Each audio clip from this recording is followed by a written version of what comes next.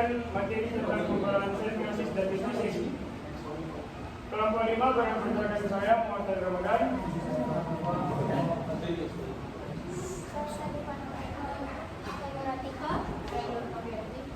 Langsung saja, yang pertama itu pembelaan sel.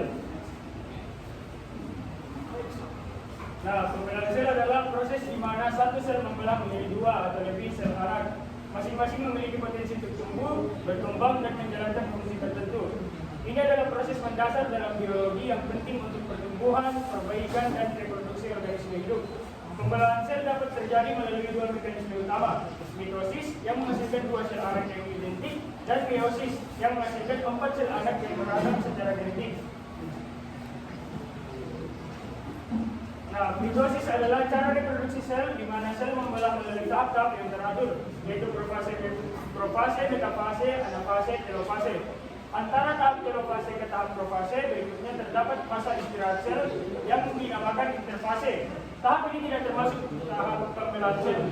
Nah, pada tahap interfase inti sel melakukan sintesis bahan-bahan inti. Meiosis merupakan pembelahan sel yang berlangsung dengan 2 kali pembelahan yang menghasilkan 4 sel anak yang masing-masing memiliki separuh dari jumlah kromosom sel hidup.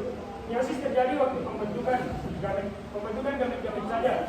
Pada pembelahan ini berlangsung melalui 2 tahap, yaitu meiosis 1 dan meiosis 2, tanpa melalui interfase. Interfase terjadi sebelum atau sesudah meiosis. Selanjutnya saya serahkan kepada saudari Yasifah. Karakteristik dari mitosis yang pertama itu mitosis menghasilkan 2 sel anak yang identik secara genetik dari satu sel induk. Yang kedua, tujuan utama mitosis adalah untuk pertumbuhan dan mengganti sel-sel yang rusak.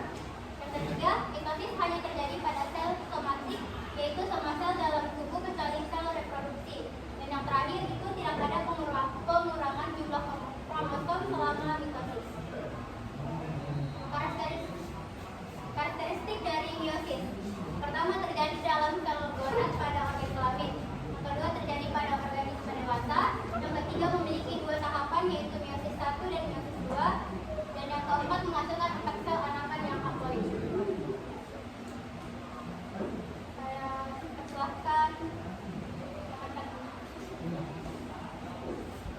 Meiosis terdiri atas 4 fase yang terjadi secara lurus, yaitu pertama, profase memasuki fase kromatin mengalami kondensasi membentuk kromosom.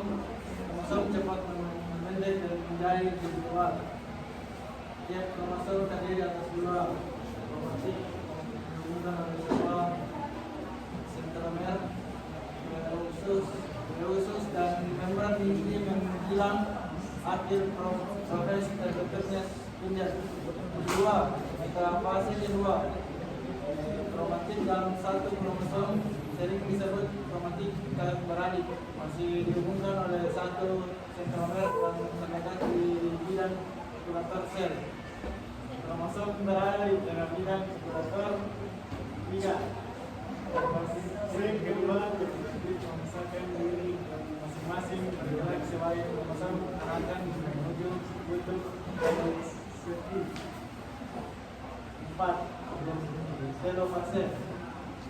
Datangnya kromosom anakan di kutub spindel merupakan tanda bentuknya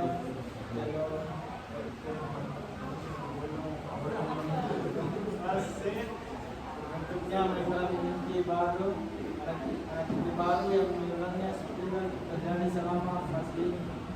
Dengan terbentuknya 2 buah inti baru, maka di kromosom terbentuk unit yang baru. Tersebar sitokinesis pembelahan sekelas nanti pada nomor yang berapa. Fase 1, fase profase 1 perbedaan penting antara mitosis dan meiosis. Pertama, pada profase. Pada meiosis, profase 1 dibedakan menjadi beberapa tahap, yaitu 1. Diploiden. Kromatin dari inti sel nampak seperti benang-benang panjang yang halus dan berlingkar-lingkar. 2. Diploiden.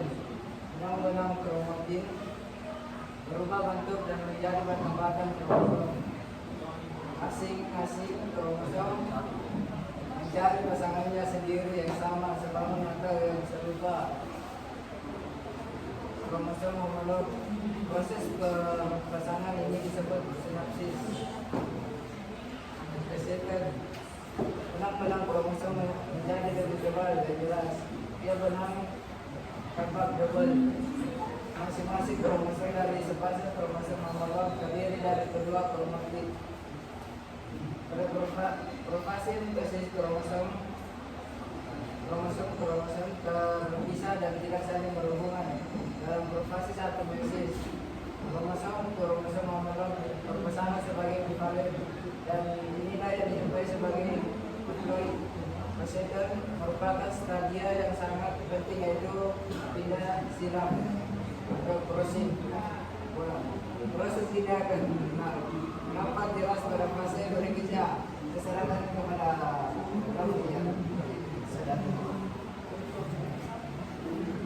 Bapak Ibu, baik fase ini ditandai dengan mulai pisahnya kromatid yang semula berpasangan membentuk bivalen. Pisahnya kromatid yang paling kuat terjadi pada bagian sentral. Tapi pada bagian ada kromosom homolog, juga pendekatan dan sebagainya ini disebut kiasma. Kiasma merupakan bentuk persilangan dua dari 4 kromatid suatu kromosom dengan pasangan kromosom homolognya. Tempat persilangan kiasma itu kromatid tidak serupa dan siskular kromatid putus. Ujung-ujung dari kromatid yang putus tadi bersambung secara resiprok. Proses pertukaran segmen kromatid tak serupa dengan pasangan homolog serta bagian yang berampel secara resiprok. Ini dinamakan pindah silang. Peristiwa ini merupakan salah satu penyumbang yang paling mengatakan individu makhluk hidup. Yang meiosis terbentuk benang-benang spidal dari pergerakan dua sentriol. Hasil pembelahan ke arah kutub yang berlawan. Dan di aktinesis yang terdiri dengan hilangnya nukleus dan membran nukleus serta membran mulai bergerak ke bidang ekuator. Saya serahkan kepada Eko.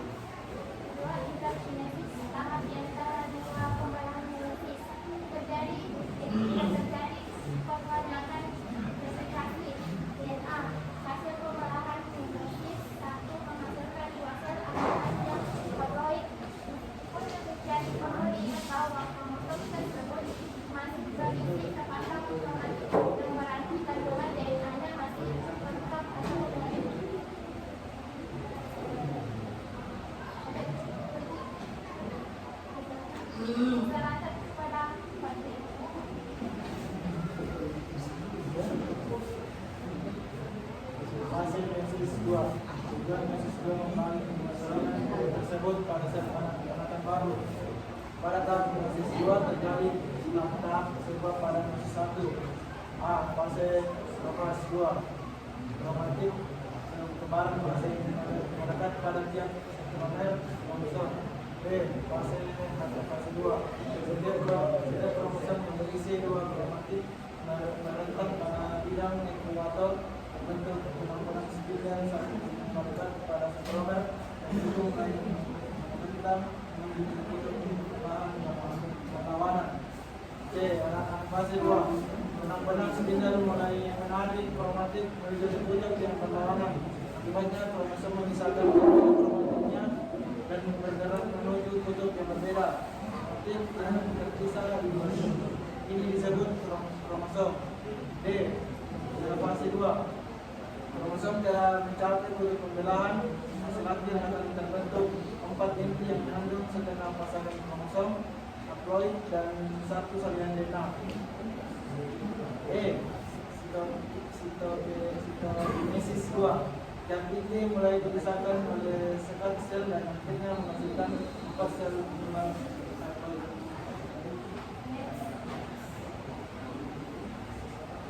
Silakan kepada Ya, perbedaan ciri-ciri pembelaan mitosis dan meiosis.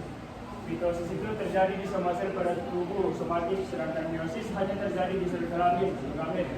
Mitosis, proses pembelahan mitosis itu hanya terjadi satu tahap, sedangkan meiosis terjadi 2 tahap. Terus jumlah kromosom mitosis itu, jumlah kromosom anakan mitosis sama dengan jumlah kromosom induk yang bersifat 2N atau diploid.